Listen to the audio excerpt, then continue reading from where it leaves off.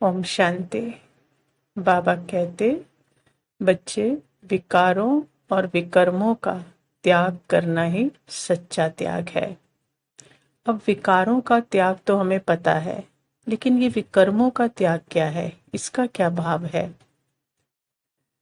तो पहले तो हमें पता हो कि विकर्म होता क्या है और फिर हम उसका कैसे त्याग कर पाएंगे।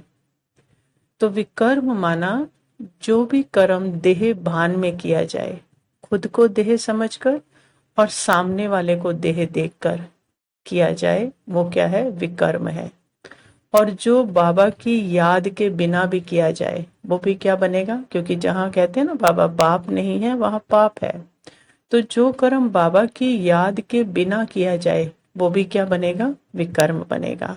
मतलब आत्मिक भाव नहीं है, देह भान है और सामने वाले को भी देह देख रहे और बाबा की याद के बिना कर रहे, तो वो क्या बन सकता है? विकर्म बन सकता है। वो विकर्म बनता जाएगा। अब इसका बाबा कहते हैं विकर्मों का त्याग करो। तो विकर्मों का त्याग करने के लिए हमें क्या करना पड़ेगा? श्रेष्ठ कर्म करने पड़ेंगे, सुकर्म करने पड़ेंगे निरंतर। तो अपने आप ही वो छूटते जाएंगे विकर्म, मतलब उनका त्याग होता जाएगा।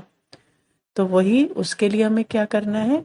पहले तो खुद को हमें क्या समझना है? आत्मिक भाव में रहना है, आत्म अभिमानी स्थिति में रहना है, देही अभिमानी स्थिति में रहना है।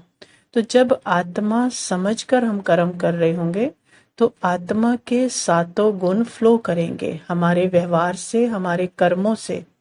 वो लोगों को वाइब्रेशन फैलेंगी, उनको महसूस होगी। तो उस स्थिति में विकर्म हो नहीं सकता। तो अपने आप ही क्या होगा? सुकर्म हो रहे होंगे। तो सुकर्म होंगे तो विकर्म अपने आप छूटेंगे। और दूसरी बात, सामने वाले को अगर हम आत्मा देख रहे हैं कि ये कौन है? आत्मा है। कोई भी रिश्ता नहीं देख रहे, शरीर नहीं देख रहे कि ये मेरा फलाना है, ये संबंधी है। उसको आत्मा देख रहे हैं कि ये बाबा का बच्चा है, ये मेरा भाई है। तो जब ये वाली भावना होगी, तो तब भी हमसे विकर्म नहीं हो सकता, क्योंकि सांप को नहीं देख रहे, मणि को देख रहे हैं। और मणि को देखने से विकर्म नहीं होता। तो नेचुरल बात है, कोई भी गलत रिएक्शन या गलत व्यवहार हमारा उस आत्मा के प्रति नहीं जाएगा। तो जब नहीं जाएगा तो विकर्म बनेगा ही नहीं, सुकर्म बनेगा। और तीसरी बात, बाबा की याद में जो हम कर्म करेंगे, वो क्या बनेंगे? सुकर्म बनेंगे। क्योंकि अगर बाबा की याद है, ऑलमाइटी से हमारा अगर कनेक्शन है, तो हो ही नहीं सकता कि हम कोई विकर्म करें। तो हमसे विकर्म हो नहीं सकता। बाबा शांति, सुख, पवित्रता का सागर है ना, तो उससे कनेक्शन है, तो मतलब उसकी शक्ति हम में आ रही है, उसकी शक्ति, उसकी वाइब्रेशन, उसके गुण हम में आ रहे हैं। तो जब हम में आ रहे हैं तो हमसे भी पाप नहीं हो सकता। तो अपने आप ही क्या हो जाएगा? विकर्मों का त्याग हो जाएगा। और नेक्स्ट बात कि कैसे विकर्मों का त्याग हो पाएगा? कि जो बाबा ने हमें श्रीमत दी है, वो श्रीमत की लकीर को हमें, उस मर्यादा को हमें क्रॉस नहीं करना है। किसी भी परिस्थिति में हम मर्यादा की लकीर को क्रॉस नहीं कर सकते, चाहे हम उसके कितने भी बहाने दे दें। जैसे होता ना, सीता ने भी क्या किया था? साधु को देखकर ही तो मर्यादा की लकीर क्रॉस की थी ना। कोई गलत व्यक्ति को देखकर तो दान करने नहीं आई थी।